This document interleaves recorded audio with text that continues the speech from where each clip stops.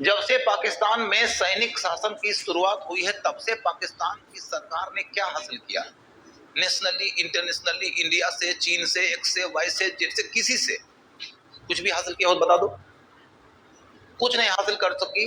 और अंतोगतवा स्थिति यह है कि पाकिस्तान आज नहीं तो 10 साल, 20 साल, 30 साल के बाद न जाने कितने टुकड़ों में टूटने वाला है। वो नॉर्थ वेस्टर्न फ्रंटियर प्रोविंस वाले पख्तून के इलाके के लोग अलग आज़ादी की मांग कर रहे हैं, बलूची लोग अलग आज़ादी की मांग कर रहे हैं, सिंध के लोग तो पहले से ही आज़ादी की मांग कर रहे थे। पाकिस्तान के नाम पर सिर्फ पंजाब बचेगा, पाकिस्तान का पंजाब,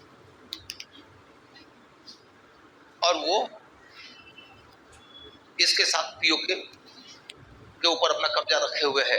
पता नहीं कितना दिन रख पाएगा। Pakistan as a country feel कर रहा है, और उसका सबसे बड़ा कारण यह है कि पाकिस्तान का शासन मिलिट्री के हाथ में चला गया।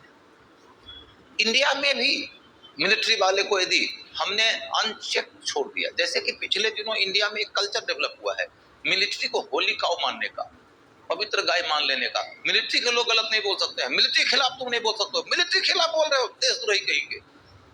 ये जो बीमारी इंडिया में पैदा हो रही है, ये बीमारी आपके देश के अंदर के लोकतंत्र और राष्ट्र की गरिमा के अंदर एक ऐसा घात करेगा, एक ऐसा जहर बोएगा कि आपको भी अंत में पाकिस्तान की दुर्गति झेलनी पड़ेगी यदि आप उस बीमारी से बड़ी नहीं हुए तो।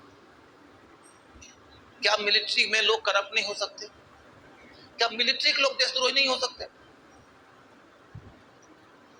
दुनिया भर में मिलिट्री के लोग देशद्रोह करते हुए पकड़े गए हैं, दुश्मनों के साथ में मिलकर अपने देश का सीक्रेट शेयर करते हुए पाए गए हैं, अपने हथियार बेचते हुए पाए गए हैं, अपनी ही सेना के खिलाफ गुप्तचरी करते हुए पाए गए।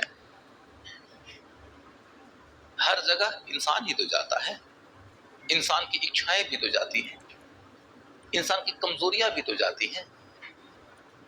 अतः तुम अपने ऊपर यकीन रखो, तुमने लोकतंत्र बनाया है, लोकतंत्र पर यकीन बना के रखो, उसको रेस्पेक्ट करो। तुम्हें एक मिलिट्री चाहिए, जिस पर्पस से मिलिट्री चाहिए, मिलिट्री को बोलो कि उस पर्पस के लिए हमने तुम्हारा गठन किया है, हम तुमको उसी लिए इस्तेमाल में लाएंगे। लेकिन ध्यान रखना है कि कर्ता हम हैं तो नियंत्रण करता भी हम रहेंगे। तुम हमारे सिविलियन गवर्नमेंट के अधीन रहना। हमने अपने सिविलियन गवर्नमेंट को भी कह के रखा कि फंडामेंटल राइट का रेस्पेक्ट करना। उसको भी हमने कहा है कि न्यायपालिका स्वतंत्र रहेगी, उसको भी हमने कहा है कि तुम पर सीएजी रहेगा, उसको भी हमने कहा है कि तुम्हारे ऊपर इलेक्शन कमीशन रहेगा, तुम्हारे प्रभुत्व से बाहर सिविल सर्वेंट रहेंगे।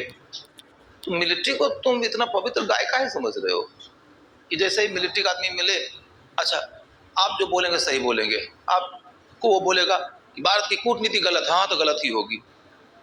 उसको बोलो कि भैया दायरे में रह। तुमको रेस्पेक्ट मिलेगा दायरे में रहने के लिए, दायरे से बाहर जाओगे तो रेस्पेक्ट नहीं मिलेगा।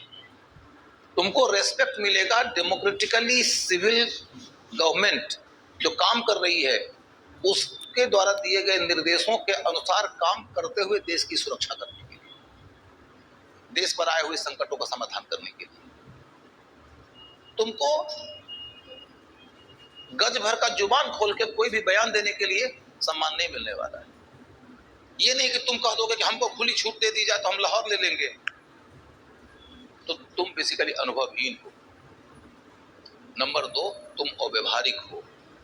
नंबर 3, तुम अव्यवहारिक ही होगे, क्योंकि तुमको दिन भर, रोज दिन,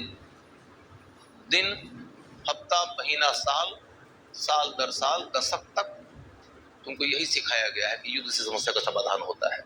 और ऐसा तुमको इसलिए सिखाया गया है ताकि जरूरत पड़ने के बाद तुम युद्ध कर सको। हम ही ने सिखाया है, हमारा ही दिया हुआ सिलेबस है।